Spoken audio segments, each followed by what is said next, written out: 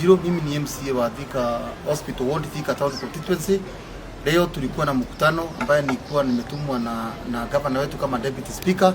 Tulikuwa na stakeholders, tulikuwa na board members, transport committee, our municipal manager and all the department of the Thika sub county, including our honorable member Mheshimiwa Kentams ambaye anawakilisha township.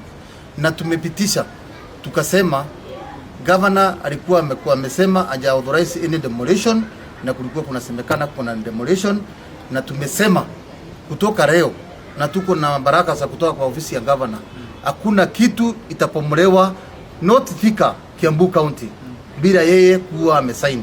Na mimi naomba wale wanasema ni yeye alikuwa amesema mambo ya demolition, hajasema na hakuna demolition, na tutakuja kuadopt hizi minute tumeongea leo Jumatatu. Tumepeana siku 7 kwa sheria ndio tukuje tusaini tu adopt hizo minute tukiwa na hawa committee wetu, na ndio tuseme hakuna kitu itakuwa na demolition within Kiambu County, including Thika incoming smart city.